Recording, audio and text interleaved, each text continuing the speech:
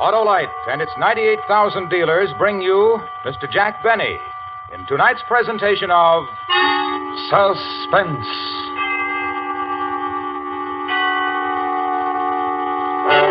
Tonight, Autolite presents a story about a man who worked for 30 years to prepare a most unique personal retirement plan. The story is called A Good and Faithful Servant. Our star, Mr. Jack Benny.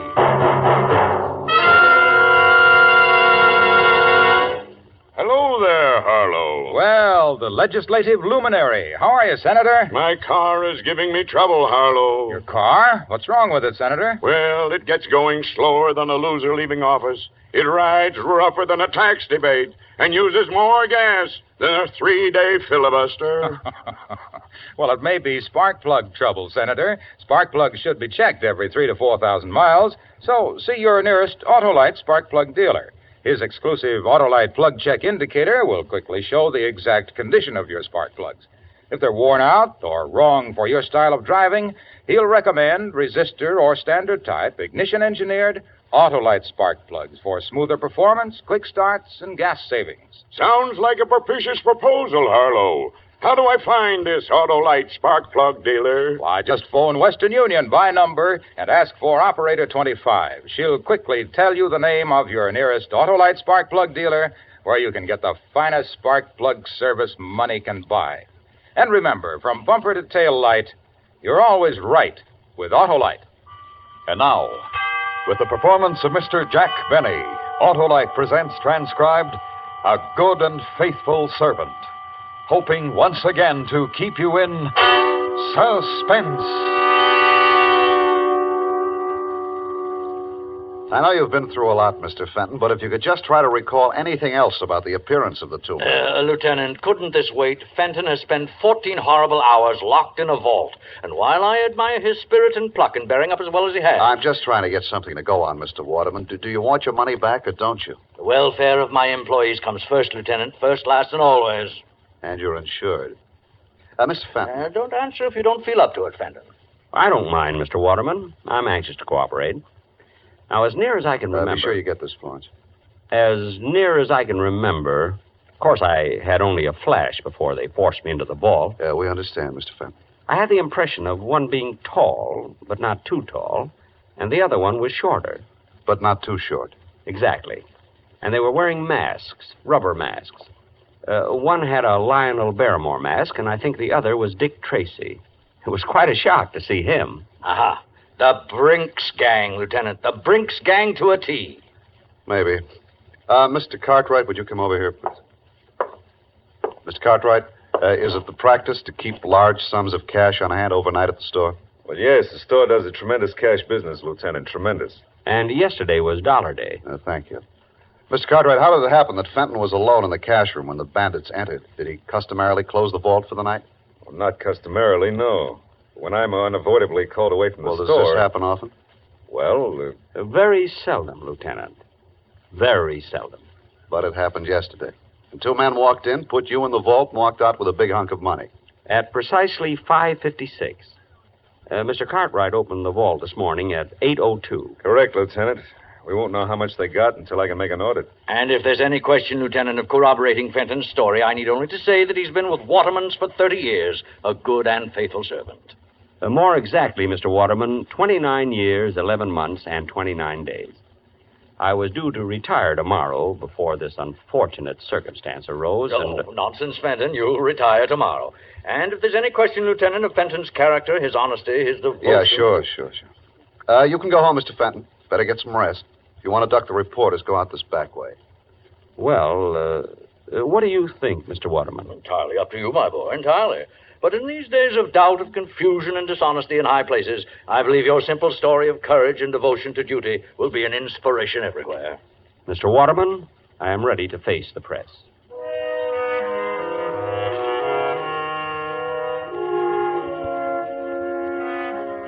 They were all very nice to me, the reporters, the police, Mr. Cartwright, and especially Mr. Waterman. All that money missing. $50,000. Yet his only concern was for me. I thought that if I could afford it, I'd like to buy him some little token of gratitude. Then I thought again. In my desk at the office, there was a secret compartment, and in that compartment was $50,000. I guess I could afford it.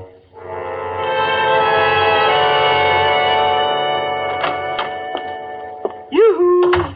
Mother, I'm home. Good morning, Harold. I hope you haven't had breakfast. I've kept it hot for you. You're not going to ask me how it went, Mother? Oh, I heard over the radio. But I wish there'd been some way of doing it that it wouldn't have kept you out all night. Oh, I wasn't out all night, Mother. I was in a vault. I know you were, Harold. And if you keep on, you're going to end up with that same sinus strip your father used to have. Oh, Mother, it was a perfectly dry, warm... Oh, never mind. Eat your cereal, Harold. You'll feel better. Mr. Waterman told me to take the day off, Mother. I'm not going in until tomorrow. That was certainly big of him, after all you've done for them. How much did you get? $50,000. It's in my desk at the office, in the drawer with the false bottom. In your desk? Will it be safe there, Harold? Well, no one will be looking for it. Harold, you don't think you'll have any trouble getting the money out of your desk? I think things will work out all right. See, according to my plan, Harold, you see, I told you from the beginning you weren't strong enough for this type of thing.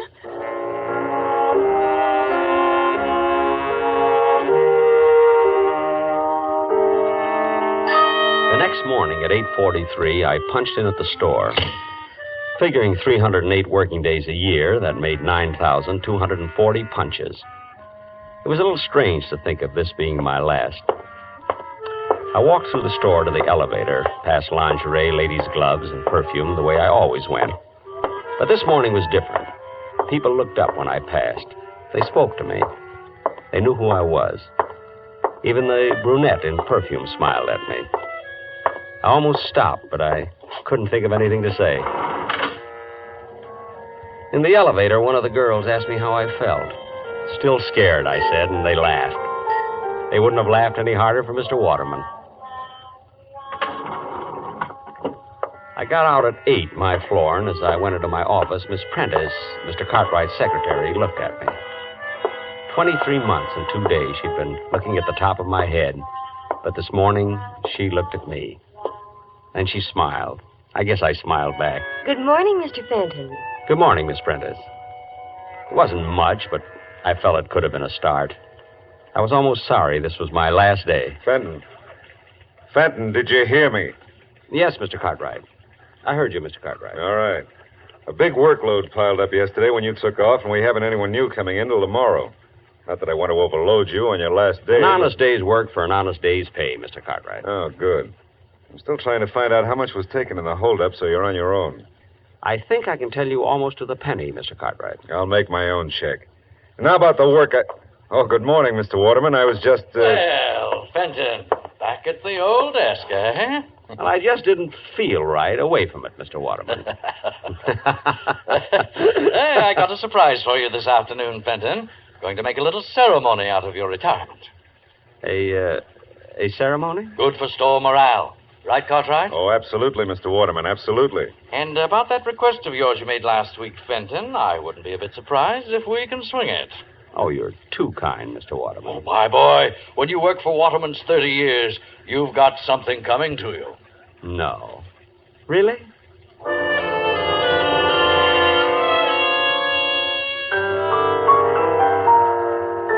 I ate my usual lunch that day, the Thursday Blue Plate Special at Elmo's Grotto. 70 cents plus the usual 10% tip.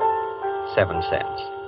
With the usual 20 minutes left in my lunch hour, I headed for the park with a nickel bag of peanuts. The squirrels were going to miss me. No, Mr. Waterman. You've had 3 already. Give Mr. Cartwright a chance. Sit up, Mr. Cartwright. Sit. That's it. That's it. Excuse me. Would you mind if I join you, Mr. Fenton? Why, Miss Prentice. Of course. Of course not. Sit down. Thank you. Move over, Mr. Waterman. He does look a little pompous, doesn't he? Which one is Mr. Cartwright? There, with the small mustache. He bites. And, is there a Miss Prentice? Well, there is, but I believe she is, well... Nesting? Well... How long have you been feeding them, Mr. Fenton? They seem so friendly. 30 years, Miss Prentice. My favorite animal. You give a squirrel a nut, and does he eat it? No. He runs away and stores it in a hole. We could all benefit from their example. And now that you've stored your little nest egg, you're retiring, Mr. Fenton. Well, you might say that, yes. You're quite a fascinating character, Mr. Fenton. Me? I'm sorry I didn't know you sooner. You know, the whole store is talking about your ordeal in that vault. Oh, it wasn't so bad. In fact, I've always rather liked the vault. What an odd thing to say. Well, chacun est son goût, Miss Prentice. That's French for each to his own taste. Oh, you've been abroad, Mr. Fenton. Me? Oh, my goodness, no. Oh, but you will now that you're retiring. No, I've got my eye on a little cottage by a lake and woods. Lots of squirrels there. And no time clocks. You and your wife? Mother. Oh, I hope you get it, Mr. Fenton. Thank you, Miss Prentice. I wonder what the robbers are going to do with all that money. I wonder. It's 5-1. Shall we go back and punch in, Miss Prentice?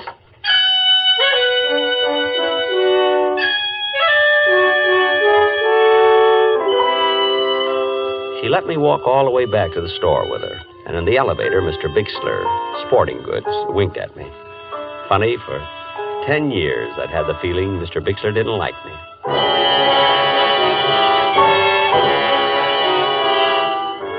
There was quite a gathering in the cashier's office when we arrived. All the executives from Mr. Waterman's down, and the editor of the store paper wandering through Waterman's. I'd sent an item to him last summer. Mr. Fenton of Cashier's Department spending his 2-week vacation at home. But he never printed it. Well, come in, Fenton. We've been waiting for our, shall we say, guest of honor. Me, Mr. Waterman? You, Fenton. We have a little ceremony which I'd hope to conclude before the lunch hour was over. Oh, I'm sorry, Mr. Waterman. Think nothing of it. This is your day, Fenton, your day. Oh, going to get a shot of the two of us, Wolf? Yes, sir, Mr. Waterman. Over by the door? Oh, if you don't mind, I'd like it sitting at my desk. I feel more, secure there. By your desk. How's this? Got it? Good. And now, Fenton, we all say farewell to a good and faithful servant, one who has given 30 years of his life as a contribution, however small, to making Waterman's the great institution it is today. Well done, Harold Fenton. Thank you. A modest man, but conscientious. His regular comings and goings passed almost unknown to many until his ordeal of 2 days ago. Locked all night in the vault by brutal and rapacious thieves. A night in which, in his own words, he relived each and every day of his 30-year service to Waterman's. Oh, greater devotion hath no man. Oh, it was nothing, really. And now, his labor's done, his burden borne, Fenton will live out the rest of his days in ease and comfort, because he has arrived at the retirement age of the Waterman pension plan, by which he will receive... $31.68 a month. $31.68 a month for as long as he lives. Thank you. And now, a little surprise for Harold Fenton. A week ago, in a letter to me, our good and faithful servant asked that on his retirement he be given permission to purchase for his home his old desk. Well, actually, Mr. Waterman, I don't know what I'd do without it. Oh, frankly, I put in a lot of thought on this simple request. I weighed the factors in my mind. On the one hand was Fenton's 30-year service. On the other... Mr. Waterman. On the other, he was already receiving his pension of, his pension. However... Please, Mr. Waterman. However, Fenton, my boy, I decided to go you one better. One better? Not a new desk. Nothing so unsentimental. Fenton, instead of allowing you to purchase the desk, I'm giving it to you. Phew. All right, boys, right in here. Take the desk wherever Fenton here wants it. And now, back to work, everybody. Month-end clearance today. Whoops. Easy, men. Don't drop it. Easy. Fenton, my boy, in the years ahead, when you're seated at your old desk, think of us, won't you? I certainly will, Mr. Waterman.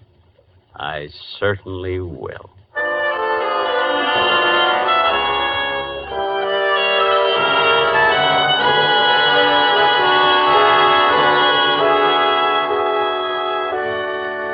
Autolite is bringing you Mr. Jack Benny in A Good and Faithful Servant. Tonight's presentation in radio's outstanding theater of thrills, Suspense.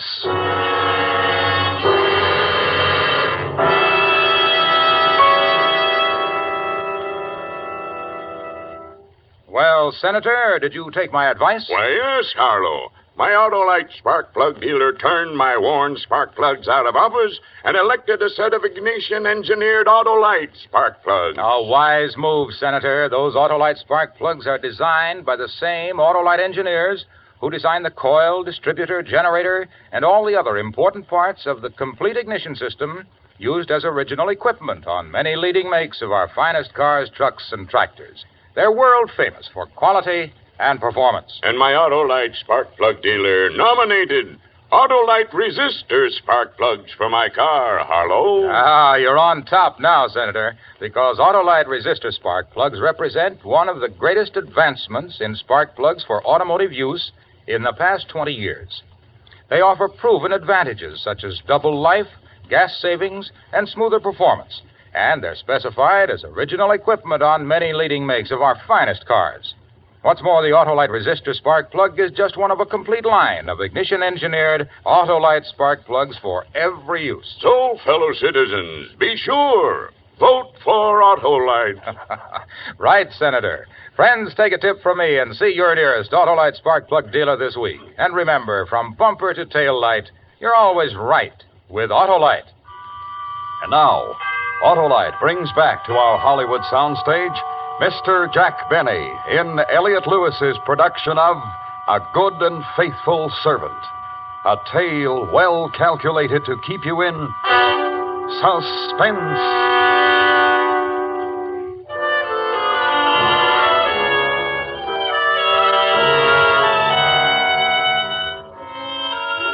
Retirement agreed with me. A walk to the park to see my friends when I felt like it. A leisurely lunch at Elmo's Grotto when I felt like it. And when the need arose, a little gardening. Mother and I were very happy. You've done enough for one morning, Harold. Your back will go out again. All through, Mother. Just cleaning off the spade. What were you planting this morning, Harold? Mother, if anything should happen to me, knock wood. Knock wood. Right in between the beets and the radishes, there's a very rich patch of dirt. Son, aren't we going to get our little cottage by the lake? I have to go in town today, Mother. I might just inquire around. Oh, good. You know, Mr. Waterman is really a very sweet man.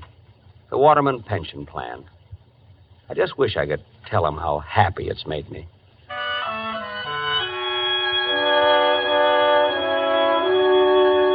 I hadn't told Mother, but Miss Prentice had called that morning. Mr. Cartwright wanted to see me that afternoon at the office, she said. And she asked how I was. What would have happened if I'd asked her to lunch? I almost did, too.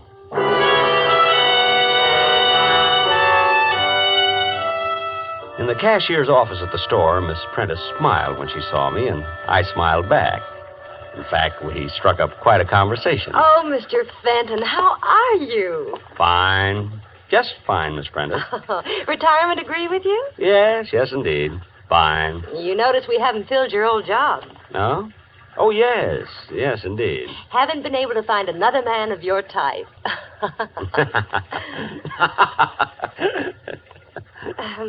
Well... Well... Is that you, Fenton? Come on in here. Coming, Mr. Cartwright. Sit down, Fenton, sit down. Thank you. Just trying to clean up accounts on the robbery. Fenton, what was your final tally again?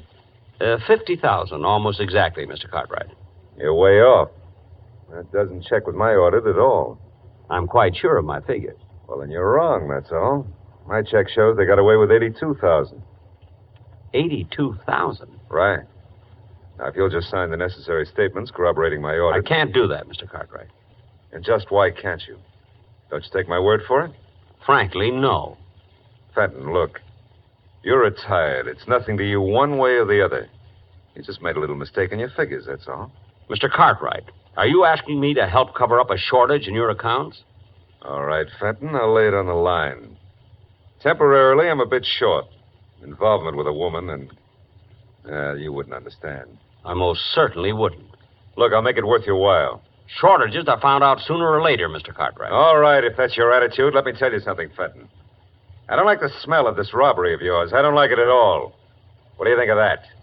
You're implying that I made off with $50,000 belonging to Waterman's? I think it's highly possible. And how are you so sure it was $50,000? Supposing me, for one instant, capable of such a thing, Mr. Cartwright, wouldn't I be much too clever to put my head in a noose by covering up for you? Fenton, if I was talking to an honest man, wouldn't he have taken my story right to Mr. Waterman? I'll give you 5 minutes. Either sign my audit or I go to the police and accuse you of stealing $82,000. Think it over, Fenton.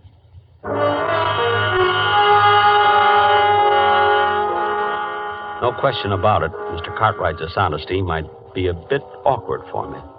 My instinct about the man had been thoroughly sound. I had disliked him for 16 years. Well, there was only one safe way out of it. Well? Mr. Cartwright, if you need money... Yes? Why don't you rob the vault?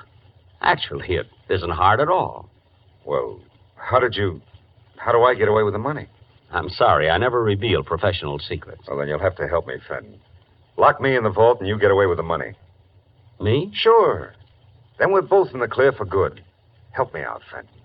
You mean I'm going to clear out the vault a second time? You'll never regret it. Regret it? The fact is, I'd rather enjoy it.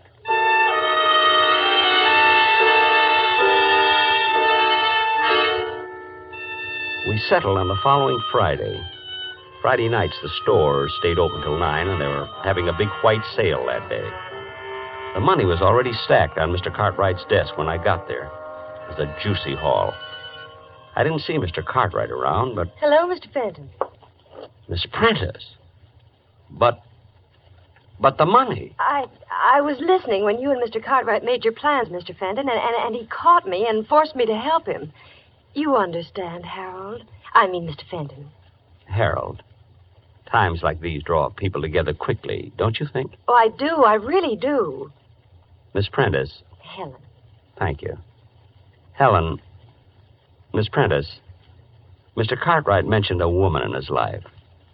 You're not the one? Harold, of course not. Excuse me. I just thought... You remember the office party last Christmas? Oh, that? Well, that was just because he was under the mistletoe. And if you'd been under it instead of Mr. Cartwright... Really? Well... Oh, Fenton, you're here. Good. Anybody see you come up? It doesn't matter, really, Mr. Cartwright. Might even be better that way. Then you and Miss Prentice can say that I left minutes before the bandits arrived. You're right, of course, Harold. Thank you. Are you ready, Mr. Cartwright? I brought some wrapping paper for the money. Even brought along a handle with care sticker. That's the Fenton touch, you know. Get on with it, will you? No need to be nervous. There. Neat? I spent 8 years in wrapping and mailing. All right.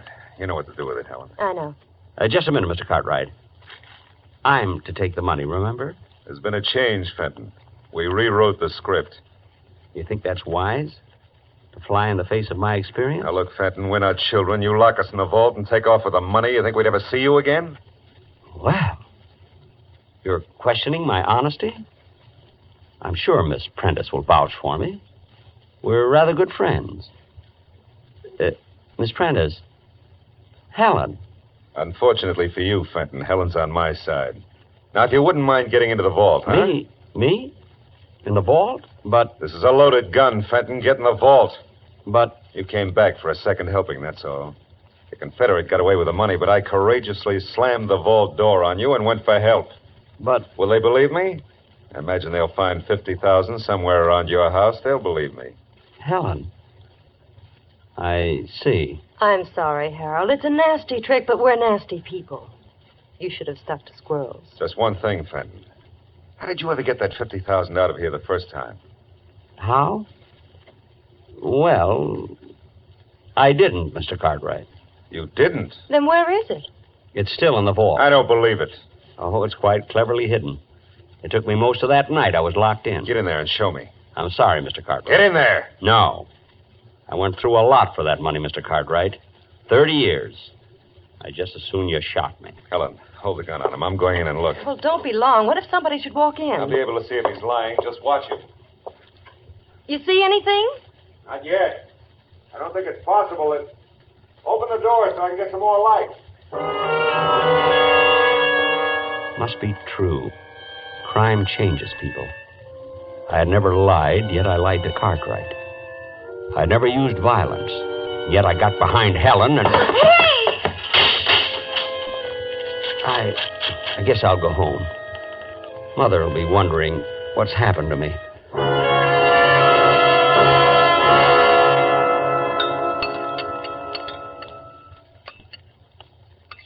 Some more cereal, Harold? I don't think so, Mother, thanks. What time is it? 8:10, son. Well, they would have opened the vault at 8 this morning. The police should be here any minute. Are you sure those two will implicate you, Harold? It seems likely, Mother. The gun would be hard to explain. And I think Miss Prentice will turn on Mr. Cartwright after a night in the vault. Yes, she's just the type. I'm sorry, Mother. I guess I just don't know much about women. It's all right, son. You think they'll be hard on you? Not very. I haven't spent any of the money. The insurance companies always look kindly on such cases. There they are. Harold, how long? 2 years, Mother. Maybe less. Maybe even 1. It's still a long time. A long time? After 30 years in Waterman's? Hardly. I'll get the door.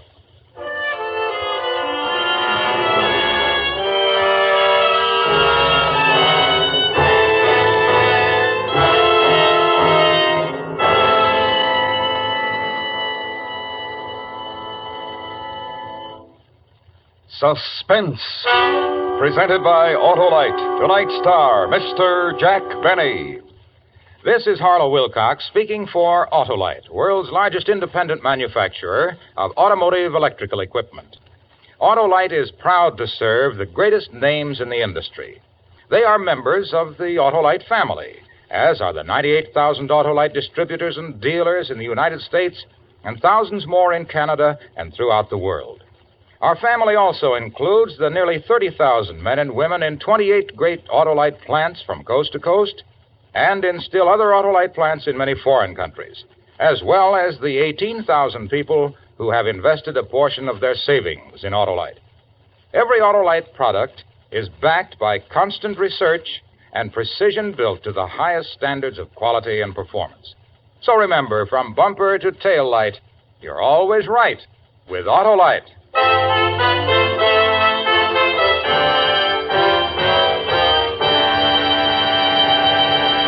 Next week, a story of revenge.